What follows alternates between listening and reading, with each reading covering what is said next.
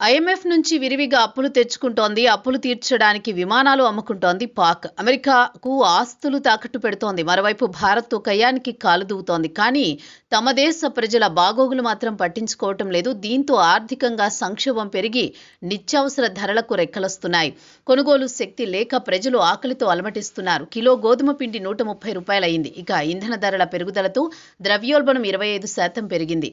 గోధుమ పిండి కొరత పేదలను 2 పూటల ఆహారం లేని పరిస్థితికి నెట్టేసింది. బహిరంగ మార్కెట్లో 40 కేజీల గోధుమ ధర 4600 పాకిస్తానీ రూపాయలు. కేజీకి 130 రూపాయలు ఖర్చవుతోంది. సాధారణ కుటుంబానికి 10 కేజీలకు 1300 రూపాయలు అవసరం. గత ఏడాది ధరలు 60% పెరిగాయి. దీంతో పేదల ఆకలి పట్టుకుని ఉండాల్సి వచ్చింది. ప్రభుత్వం సబ్సిడీతో పిండి సరఫరా చేస్తోంది. 10 కేజీలకు 910 రూపాయలు, 20 కేజీలకు 1820 రూపాయలు నిర్ణయించారు. కానీ లాహోర్ వెలుపల లభ్యత చాలా తక్కువ. దక్షిణ పంజాబ్ ప్రజలు ఖరీదైన బ్రాండెడ్ పిండిపై ఆధారపడుతున్నారు. పాకిస్తాన్ ఫ్లోర్ మిల్స్ అసోసియేషన్ ప్రకారం వ్యాపారులు ప్రజల వద్ద గోధుమ స్టాకులు తక్కువగా తబ్బి పడుతున్నారు.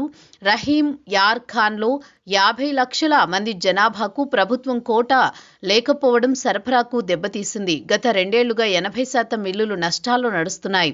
దిగుమతి గోధుమలపై ఆధారపడడం వల్ల ధరలు మరింత పెరిగాయి. ఉత్పత్తి ఖర్చుల పెరుగుదల, బలహీన పంపిణీ, అధికారుల ఉదాసీనత సమస్యను తీవ్రతరం చేశాయి.